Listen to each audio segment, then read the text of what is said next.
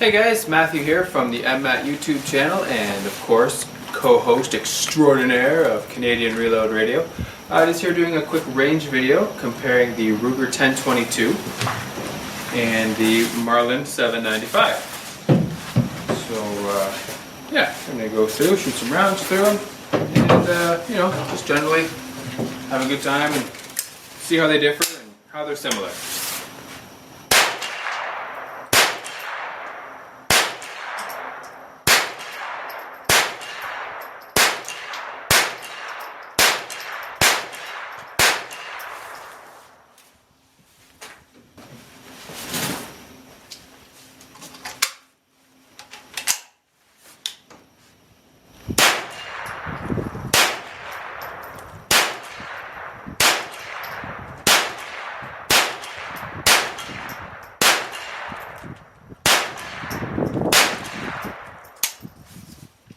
So right off the bat we see a difference. With the 795 on the last shot, the bolt stays open all by itself. So allows you to take out the empty magazine, put in a new one, and then just push down on this lever here, and she's ready to go again.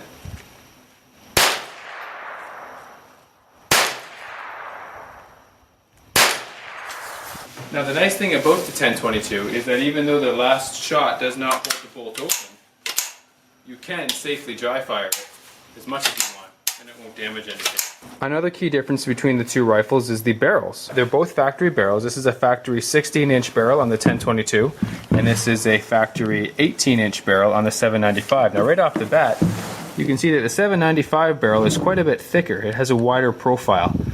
It's kind of like halfway between a bull barrel and a sporter barrel. The stocks are nice. The 1022 stock is a little bit more hollow sounding, I find, than the Marlin stock. But the Marlin stock has a nicer texture to it. It feels a little bit more solid.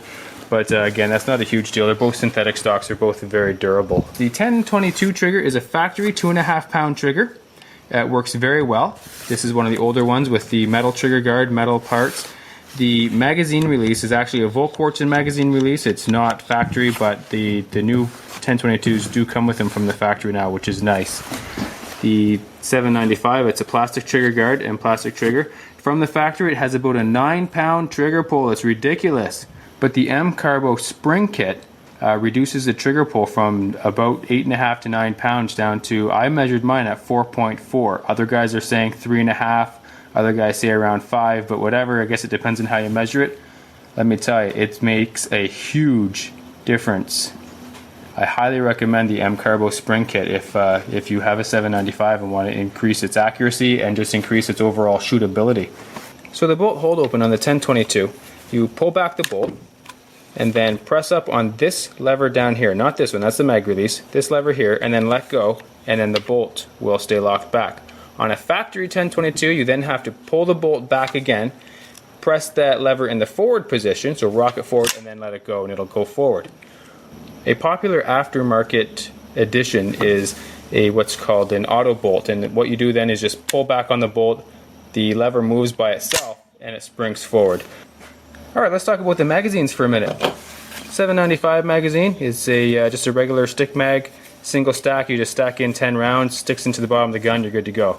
The problem with the 795 is there are only a couple of aftermarket high capacity magazines available. I think it's Shooter's Ridge that makes one, and it's a long plastic. It looks kind of like this except it has something similar to that stuck onto the top instead, and I've heard really bad things about them, that they jam a lot, that they break easy, so something to bear in mind. The 1022 magazines are pretty neat because they are still a 10 round magazine, but they fit flush into the gun.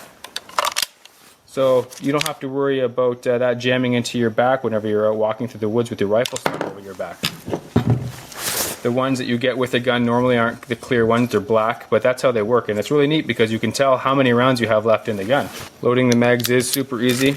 You just push the round in and slide it back. You can see the rounds in there and you can see how they curl around. The 795 mag works very similarly. You push the rim in above the lips there and then push it back, and it works very well as well.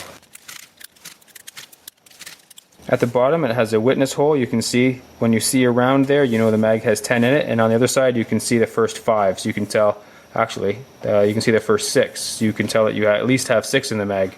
Now, of course, the 1022s have aftermarket mags up a yin-yang. This is a Tactical Inc. 25 round magazine. Works flawlessly. I absolutely love it. Also available are 50 round magazines, drum mags, and there's like some funky 3-clip thingamajigs. You can put 3 of these on a little clip and you can just rotate. And anyway, there's all kinds of aftermarket additions for the 1022. If there's a downside to the 795, it's that despite its popularity, there are not very many aftermarket additions available for it. There are some aftermarket stocks available. No aftermarket barrels that I'm aware of, but that doesn't really matter, I guess, because the factory barrels are extremely accurate. Work very well. I've never heard anybody complain about them. Now, the rifling in a 795 is a little unique in that it's micro groove rifling. So instead of 4 or 5 rifling grooves, there are 16, I believe.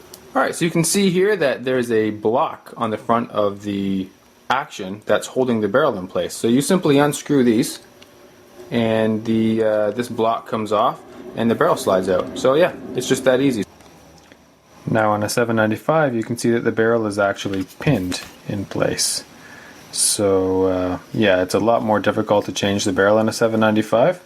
But again, like I mentioned a minute ago, the barrel on the 795 is fantastic right from the factory, so you really don't have to worry about changing it anyway. So enough jibber jabber for now, let's get back to some shooting.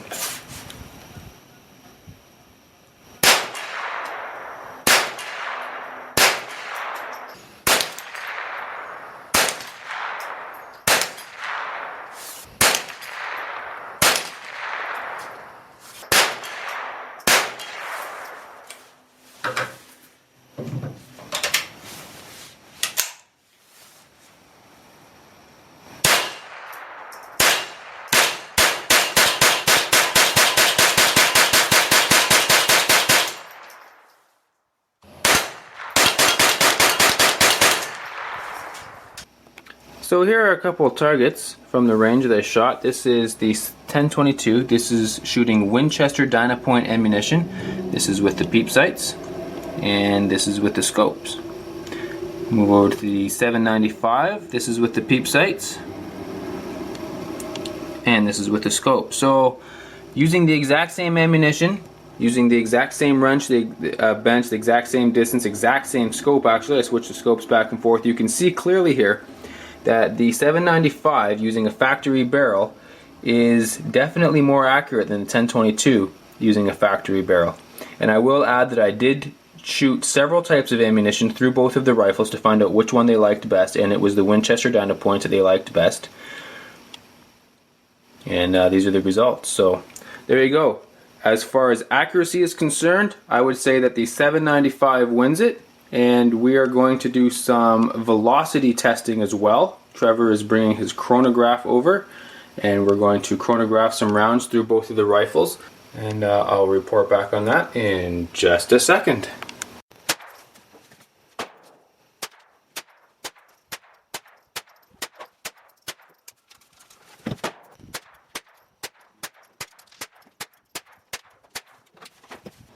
Alright, so here we are back from the range. We shot Winchester 555 bulk pack, and we shot Winchester Dynapoints.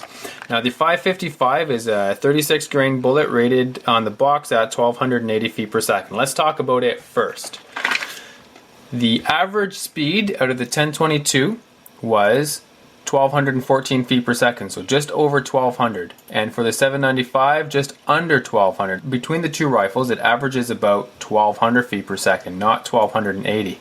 So an example of how marketing can sometimes mislead you slightly. Let's look at the chart here. I did arrange these data points from greatest to least. This is not how they shot through the chronograph. They were back and forth, up and down. But just to give you an idea of the consistency of the ammunition, it's not bad. The Marlin seems to shoot it a little bit more consistently than the 1022. It has a couple of more jagged drops and spikes here. But the 1022 does shoot it faster by about 20 feet per second. The 1022 has a 16-inch barrel, and the Marlin is an 18-inch. And a lot of people understand that the 22 burns up all of its powder between 14 and 16 inches. So anything beyond that, you're going to start losing velocity again. So let's look at the Dynapoints through the two rifles now. Now this is a 40 grain bullet traveling at an advertised speed of 1150 feet per second. And you can see here with the averages, we're actually pretty close on this one. The 1022 shoots it at 1116 and the 795 at 1106. So there's only a 10-point spread there. Not too bad in the averages, but again, you're still seeing, between 40 and 50 feet per second slower than what's advertised on the box. Consistency, not bad. As you can see, the ammunition between the two rifles followed a very similar path whenever I ranged them from fastest to slowest. So the ammunition is fairly consistent. It's not great, but it does group a little bit better than the 555s out of both rifles. Just something to bear in mind. But again, you see the Marlin 795 is shooting it a little bit slower than the Ruger 1022. So that in a nutshell is a quick comparison of some of the basic differences between the Ruger 1022 and the Marlin 795. I hope you found the video informative, not too boring. And if so, please subscribe, check out my other shooting videos, and also be sure to check out the CDN Shooting channel, as well as the Canadian Reload Radio podcast for a uniquely Canadian take on guns. As always, thanks for watching. See you around.